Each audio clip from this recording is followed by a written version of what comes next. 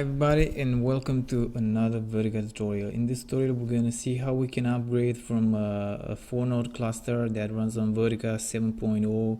We're going to upgrade it to 7.2. As you can see here, we already downloaded the latest RPM installer from Vertica FTP site, and we're going to check the actual version of the running database. As you can see, it's 7.0.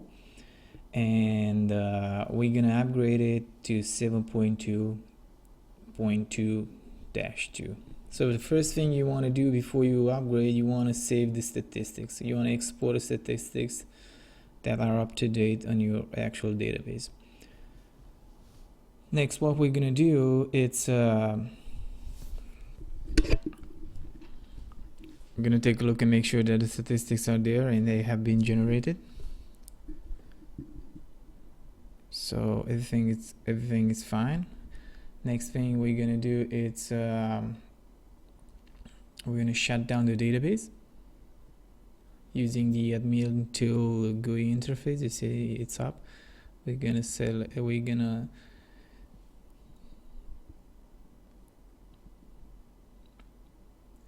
the database, select the database, type in your password.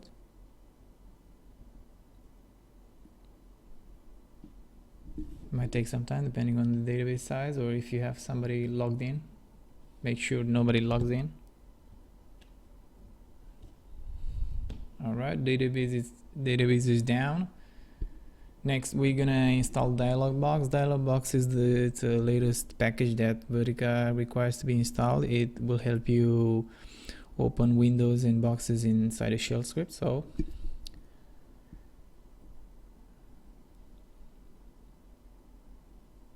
alright, dialog package, it's installed. Next, what we're gonna do is install the RPM package for the latest Vertica version. Make sure you do that in the same in all of the nodes. Oops, it says that we still have the R packages installed. So before we do any upgrade, we need to remove the R packages. So removing the R packages, just RPM-E, which is the erase option, and point to the package, and voila, the package was removed.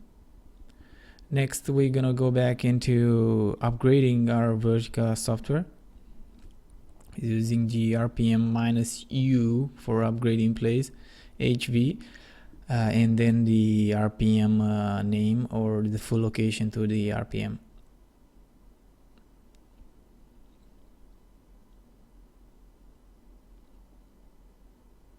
Alright, so the software was installed. Next we need to do is run a upgrade Vertica. The important thing about this is to take a look at the we have to run as root user. The update Vertica command must be a root user because it requires elevated privileges. So you can use the help command to get access to all the options and make it easy. It's really easy to understand. It even gives us examples of how we can use it. Anyway, let's go back to our tutorial. In order for you to upgrade, you have to make sure you have the same configuration as you did in the past or the previous install or upgrade. As you can see, you copy the install opt line exactly as it is, and we use it in our upgrade statement. The only thing that you have to change is the path to the RPM package. Like I told you, you have to install the package in Dialogbox in all the nodes that are part of the clusters.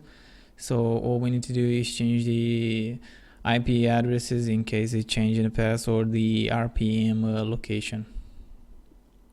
And also, if you have a new license or the license change location, it would be great to change the license location. Oops, this is my machines run on AWS and they don't fit in this criteria of humongous very big instances. So what I do here to get rid of this, I just use the ignore AWS instance type, and this will consider the instance valid type, you know, because for this test I'm not going to use huge instances.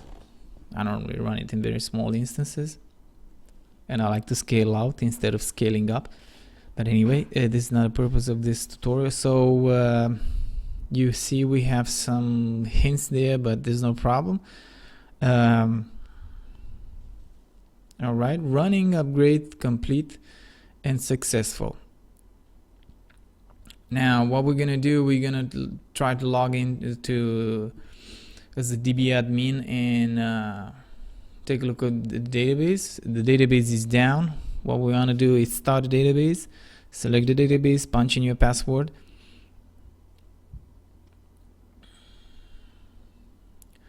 and we will see that in this startup all the new packages will be installed in the database,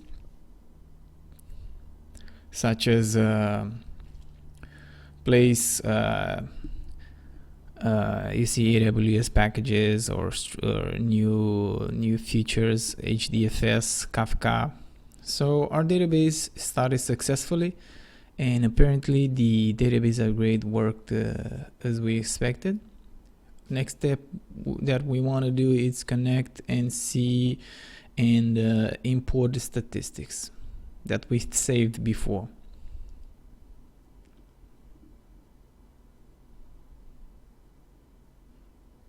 All right, we can see that the version now is changed to 7.2.2.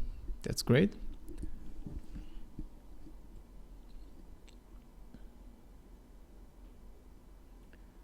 And run the import statistics.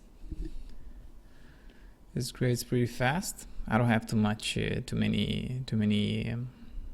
objects. And that's it. Thank you for watching.